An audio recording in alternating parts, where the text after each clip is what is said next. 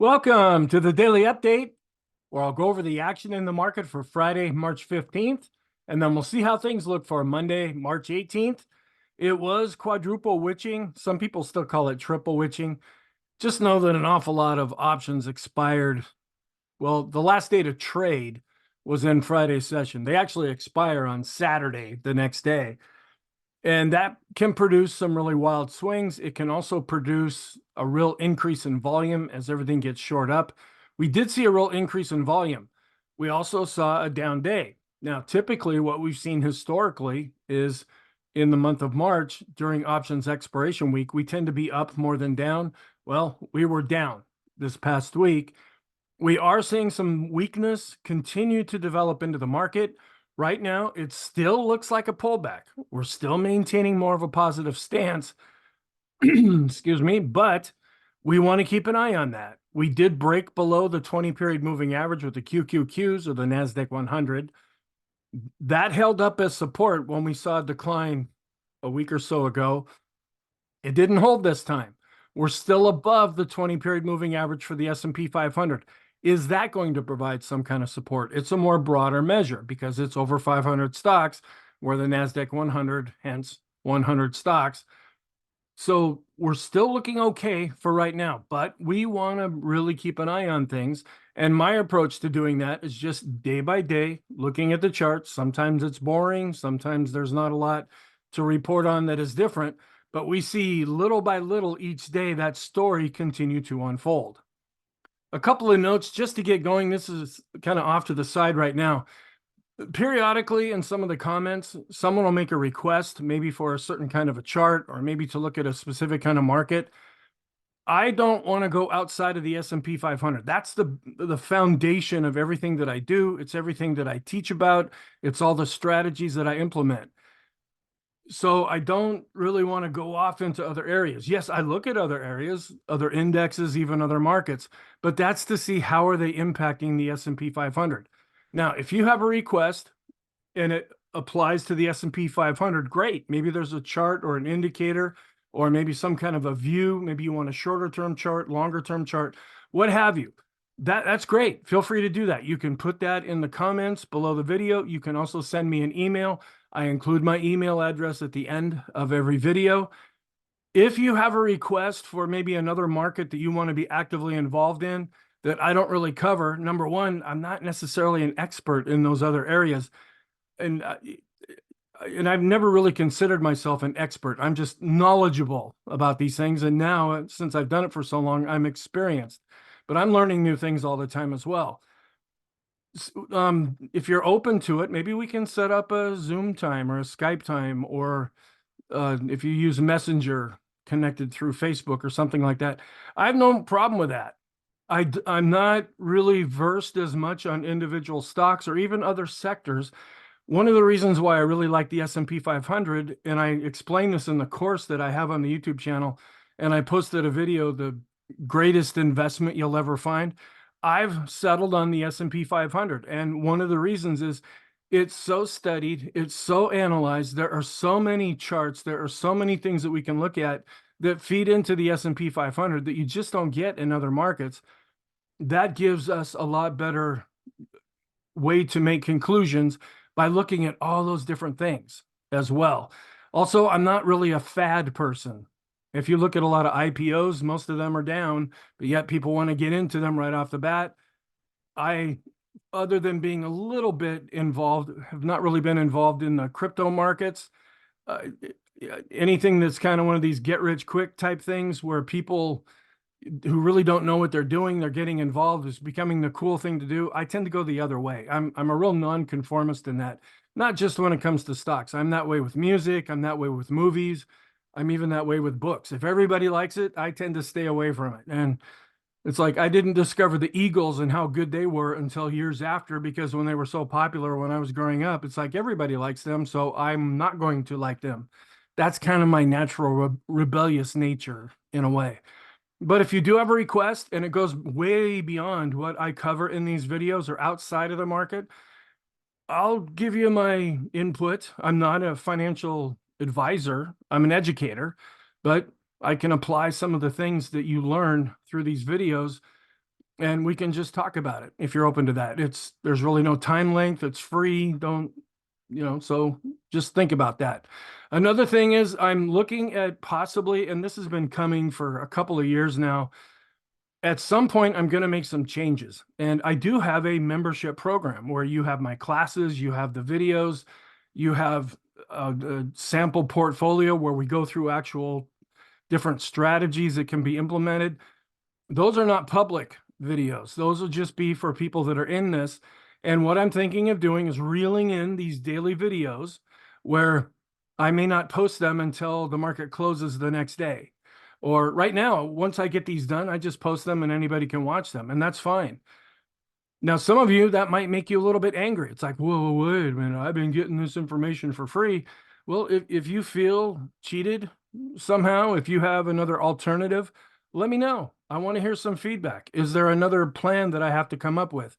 I'm looking at possibly June of 2024 before this actually happens. So there's some time in there. And if you want to offer some feedback, please, that's what I do. That's what an educator does.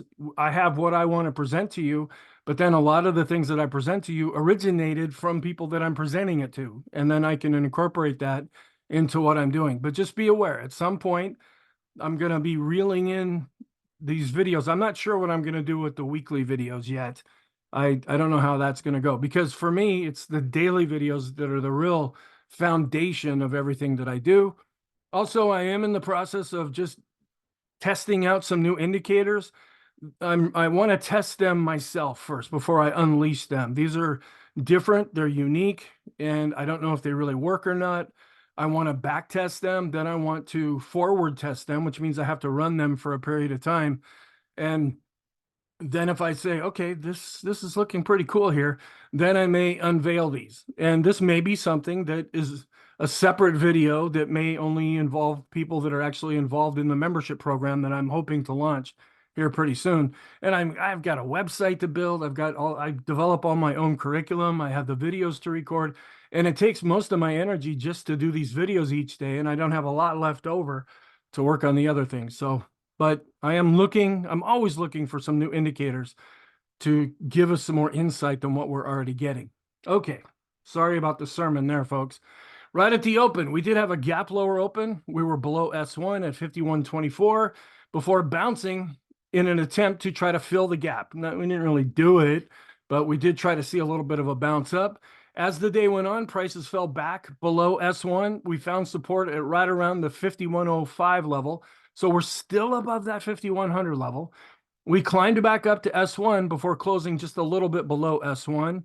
We were down 0.65%. Again, not a real big percentage move, but we are seeing some weakness starting to creep in. We were way above average with volume. That's because it was options expiration. We are positive for right now, but we are seeing some signs of weakness, and we want to respect that. We can still recover from it. We've been in situations like this before where it looked like we were shifting more negative, only to come back and see things turn more positive. But we're just going to have to evaluate that on a day-by-day basis to see, okay, are we shifting more negative, or is this just some kind of a pullback before we get set to go higher? And this week was pretty much about inflation and interest rates. We had CPI and PPI come in hot, and that's really confused the market right now. And then, of course, all the different geopolitical events. It was quadruple witching, so that added a lot to, at least to the volume. And the advanced decline lines that we've been watching, yeah, they're going down, but they've been holding up fairly well. And that's rather encouraging. That's an internal measure. And we're seeing that not just in the S&P, but we're also seeing that in other markets, especially the NASDAQ. Rising interest rates are starting to really cause concerns. It didn't seem to bother the markets a couple of weeks ago, but now they're deciding, okay, we're going to freak out about this. And small caps actually outperformed. Even when we were going down in Friday's session, the mid caps and the small caps were positive. Now, it doesn't really change anything for the small caps, and they've got a long ways to go, but at least in Friday's session, they did do better. We just have our short-term list is only the stochastics, and that's the long-term stochastics.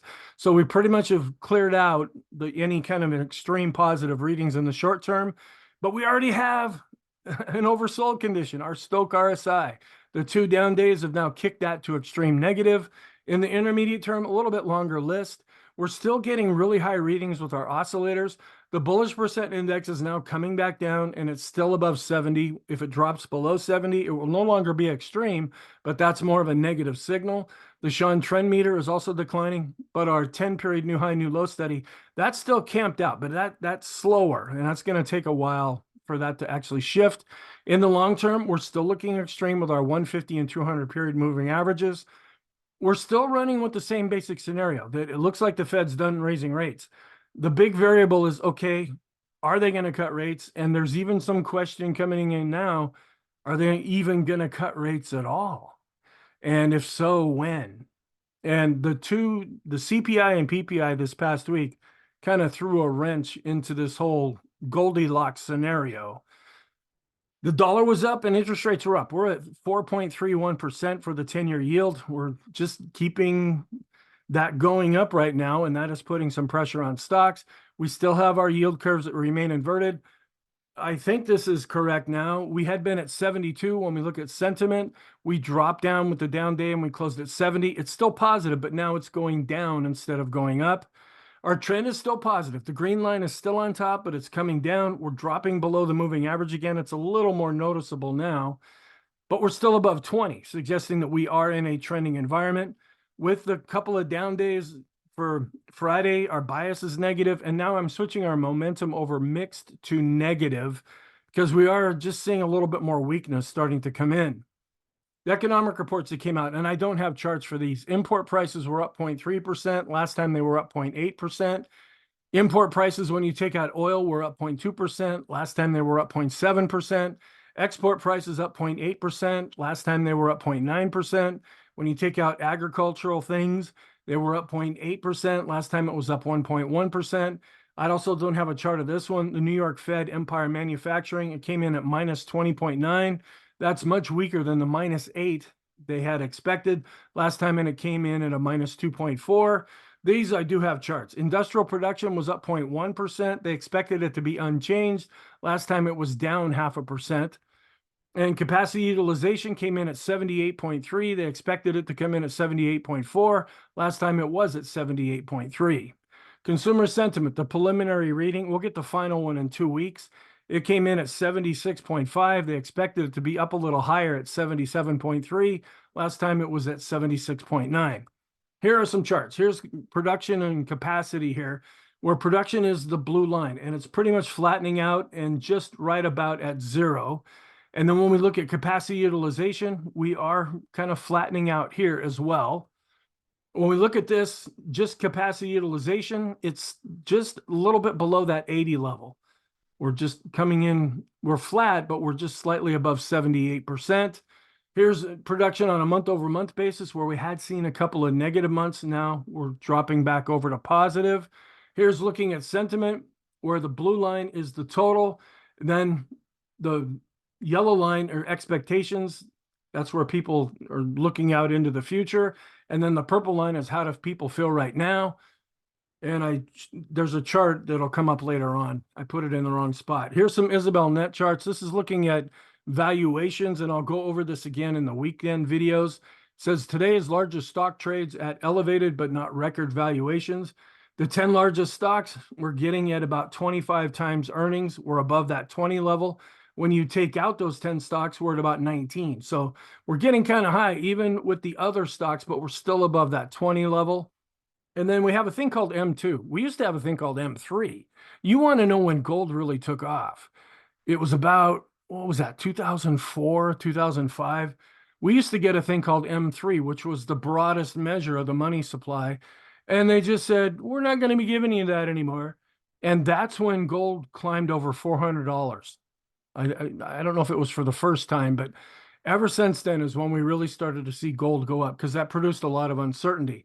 What we're focusing on here now, as they're reeling in some of the money supply, that's making this line go up, and that could put some pressure on stocks. Then looking at cumulative flows, this is just out of interest. You see a whole lot of money going into Bitcoin. Now, some of that has to do with these new ETFs where you can get into different cryptos that way. And even though gold is going up, we're not really seeing inflows going into gold. Then here's looking at real retail. Real means we're taking inflation into account and food services, where we're flattening out right here. And other times when we flatten out, that can often happen before we see a recession. Okay, this is one of those charts that just kind of tell us maybe there's a potential of a recession. We have just as many charts telling us that we're not going to go into a recession. And let's see, here's a chart. This was put up by Jeffrey Hirsch. His father was the one that started Stock Traders Almanac, and now he's taken it over. He had a tweet that he put out here, and because it's been rather frustrating. We're trying to follow along with seasonality. That's about as predictive as I get for where we may go forward. I just don't like doing it other ways. And anyway, he says typical Ides of March low. Last 21 years, the market has tended to hit its March low today, which was the 15th. That was Friday on the Ides, and then rally afterwards. So that's why I've been talking about this weak seasonality that just doesn't seem to be developing. And then he says, having avoided typical February, early March seasonal weakness, which we just really haven't seen other than a couple of days, this strength could already be factored in, and we could experience more chop and churn. Okay, so we'll still follow along with seasonality going forward for a little while, at least according to this, during an election year in the last 23 years. I guess it's not an election year. This is just going back to 2003. We do see some positive seasonality here. The other chart that we look at looks a little bit weaker. Here's our intraday chart where we did gap lower down below S1, and look at these lines are really wide. That means it was pretty choppy, at least right off the bat. We got above S1 and then we fell down back below S1. We came right down here. We found some support. We tried to go back up to S1 again, and then ended up closing down below S1. Here's our intraday chart. We were looking more positive in the initial overnight session. Then when Europe opened, that's when things turned a little more negative, but we were clawing our way back. Then as we got closer to the open, that's when we saw some weakness. Here's the gap lower, and we're trailing off as the market closes for the weekend. It was looking better, but the blue line and the red line are pretty much right on top of each other, and they both declined on the intraday chart. We also saw a decline here with our ratio between growth and value for the S&P. We were more encouraged on Thursday when this was really going up, even though we had a down day. Well, it ended up going down. So we're not breaking to the upside, and we're not necessarily breaking to the downside, at least yet. Here's our end of day chart. Growth just got hammered. It was down 1.19% compared to value that was down 1.18%. It was down more for the mid caps, and it was up less for the small caps. And so we're still hanging in there, even though we dropped off with the small cap growth to value ratio. We're still looking at this as more positive because of this breakout that we've been seeing. We declined, and we're falling below the moving average now with this ratio when we look at the mid caps. And we did decline, and not necessarily falling apart, but not showing any strength right now either with the S&P growth to value ratio. And we're coming back down when we look at this ratio between discretionary and staples, but we're still above this blue moving average. Here's our trend. We're starting to fall a little bit below the moving average. That suggests it's more weak. However, it's still positive. Even though the green line is coming down, it's still on top. And we're also declining with the green line, and the ADX is dropping more below its moving average. And we saw a real spike up in volume because of options expiration. I showed this in yesterday's video. We're getting rather extreme. Now, this is kind of old data now, but this, when we get above 3, that's when we get nervous. Now we're above 4. So this is another sentiment gauge that we look at that could be getting a little too extreme positive. And we did see a move up with the VIX on the line chart as well as the bar chart. And we are seeing a series of higher lows here as it's been creeping up since about the beginning of December. With the down day, we saw volatility picking up with the bar chart as well as the line chart. And we're right on top of the moving average as far as momentum when we use the MACD to say what direction is the VIX moving in. We actually declined a little bit with the equity put call ratio on the daily chart, but we're still going back up when we look at the 5 period. That's negative. And here's the volatility risk premium. We're coming back up into this midpoint now, or into this range, I should say, after getting a very low reading. When we get low readings, that's when we use this as a contrarian indicator. And then here's consumer sentiment, which I should have had earlier. The blue line shows it coming down overall in the reading, and then the spread between how people are feeling and the 2-year yield. The spread has been dropping off, but it's still kind of wide. And then advanced decline line. Now, yeah, we were down, okay, but these have been holding up fairly well. They're not falling off a cliff yet. We're seeing a little bit more of a pronounced move down based on volume. With new highs, new lows, we're still pegged at the top here. New highs are still outnumbering it, but they are declining, and so that's why we're seeing the 10 period going down. But when you take this just with green versus red, or red green, you know, the great show, it's still showing that new highs are far outnumbering any kind of new lows. If we do see more of a decline and we start to see this red become more pronounced, like it did back in this area, back in the summer months, then we'll start to get more negative on things. And we did decline with the advanced decline ratio, but as I said before, you can still make a case for making a series of higher lows. I always get that mixed up. We're still above the red line here when we look at accumulation distribution. We are declining, but still positive with the Chaikin money flow. We're also coming back down, but still positive with the Chaikin oscillator. So we actually went up with the NYSE common stock with the advanced decline line. So that's showing that the broad market was actually more positive. We saw a bit of a decline with the S&P. We were flat with the mid caps, and we actually went up slightly here with the small caps. Here's our chart, and it's getting a little messy to read this right now, but just look at the huge spike up in volume on the bottom. We're still above the 20-period moving averages. We're below it for the QQQs. Now we're going to watch to see if we see more weakness. Is this area going to hold for the S&P 500? We're already extreme negative with the Stochk RSI, and we're coming down with the 20, 50, and 200-period exponential moving averages based on the S&P. I haven't shown this in a while. This is our 20-period double and triple exponential moving average study. As we've been seeing some weakness, we're dropping below both lines, but the lines themselves are still going up for right now. We did drop below zero with the force index, so that's turning more negative. We're no longer extreme in the short term with the stochastics, as well as no longer extreme in the intermediate short term. We're coming down, but we're still extreme positive in the long short term. And we're still above the midpoint with the standard deviations chart. So we're not extreme, and we're still hanging on to a positive stance. Intermediate term, we actually turned up with the balance of power. It'd come right down to zero and actually bounced off of that a little bit. Here's another double and triple exponential moving average study based on 50 periods, where we've been riding this channel as things have been going up. Now we're starting to break a little bit below that. If the lines start to roll over and the red line crosses below the blue line, we will turn more negative. And we're still maintaining more of a neutral stance with the go, no-go system with the lighter shade of blue. We're still above the midpoint with the highest high value. The TTM squeeze is dark blue and declining, but still positive. We're also watching this 20-period moving average of the open, high, low, close. We came down above the high here, and we're wondering, is this mini rainbow going to provide an area of support? We were flat with the ease of movement and still above zero. The Arun didn't change from the previous day's reading, and it's still positive. We dropped below zero again here with the S&P McClellan oscillator. So we're starting to turn down based on price and volume. With the NYSE, we went up, but we're still below zero with the NYSE McClellan oscillator. So we're starting to roll over based on price as well as volume. The Swenlin trading oscillator, we're declining. We're still above zero based on price. We're dropping to negative based on volume.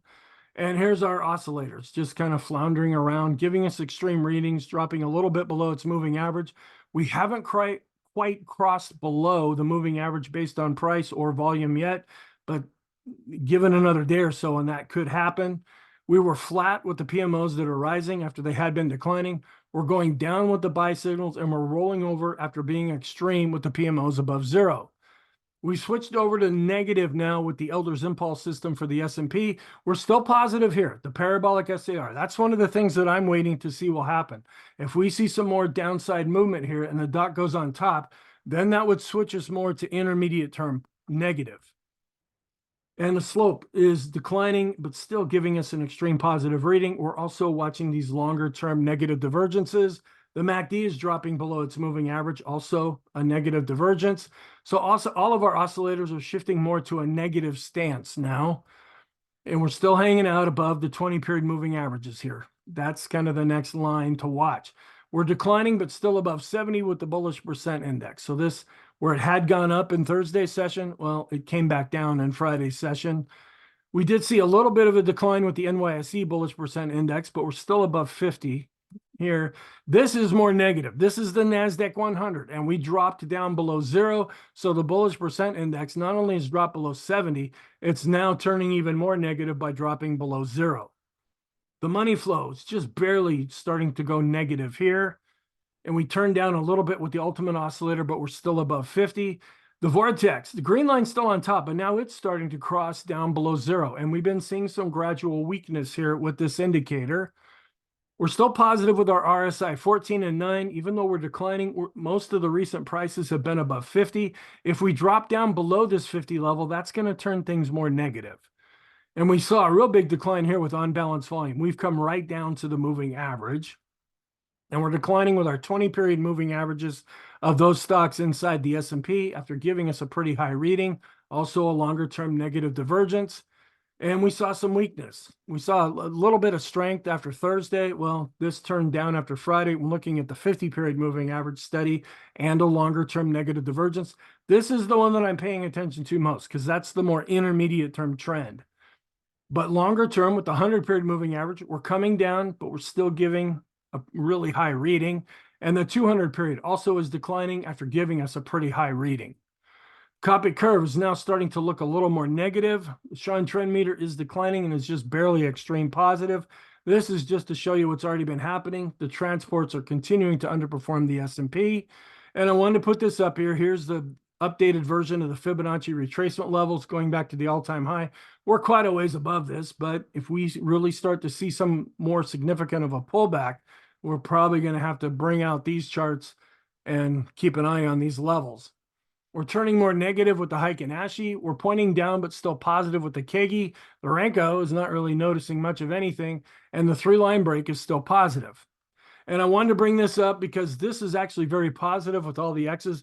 I also talked about this in the What to Watch video, but it's giving us a negative sign here.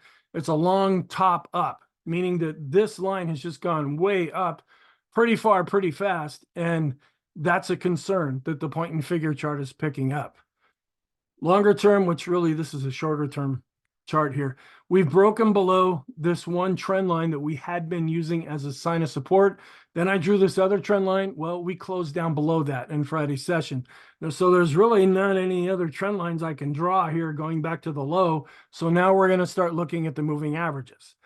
We will be starting a new cycle on Monday, March 18th. That's more for just informational purposes. And this is ending up to be more positive. This is a weekly chart of the S&P. We have 2 bars above this R1 level, and we're still above that level now, even with the declines that we saw. We closed at 51.17 roughly. This line is at 51.10, 51.11. We're not very far above it, but we are still above it for right now. And then we're still looking extreme positive with our 150 and 200 period moving averages. We switched over with the Russell and the NASDAQ 100 to short-term negative with the Keller model. All the other ones are still positive. We saw a lot of red as the day started off. And then energy, which has been kind of bouncing back lately, it saw its bullish percent index cross above 80. And the equal weight is hanging in there for right now. We're seeing more of the weakness in the S&P weighted index itself. So we're seeing this ratio actually going down as the mega caps have been underperforming. We're still right about at this pivot level when we look at the Dow. We switched over to negative with the diamonds, with the Elder's Impulse system. We're still in between this R1 level and pivot level with the NASDAQ. So we haven't really broken down. We're showing some weakness, but we haven't really broken any of these pivot level support levels, at least yet. Pivot level support levels. Okay, but we are down to this pivot level now with the NASDAQ 100. We were able to close up off of that. Are we going to be able to hold on to this level here? And we switched and remain negative now with the QQQs with the Elder's Impulse system. The momentum for the NASDAQ 100 continues to be negative. We fell below the 20-period moving averages, or average, when looking at the QQQs, and we're coming right back down to this long-term ratio here. And as I keep saying, it's going to take a while for this to play out. We just want to keep an eye on this, especially when we're around these all-time high levels. The small caps ended up being up almost 0.5%. but we still remain negative with the Elders Impulse system for the small caps. The Russell is still above its 50-day moving average. The RSI turned up, but is still below 50. The longer-term trend is up, but the momentum is now switching over negative. And the small caps, or excuse me, the mid caps were down just a little bit after breaking below this pivot level. And they still remain neutral for the Elders Impulse system with the mid caps. And we came back down just about a little bit below the 50-day moving average when looking at Google. Apple is producing a death cross here and is below both moving averages. And Tesla, even though it was up slightly on Friday, it's showing it's just showing a confirmed downtrend right now.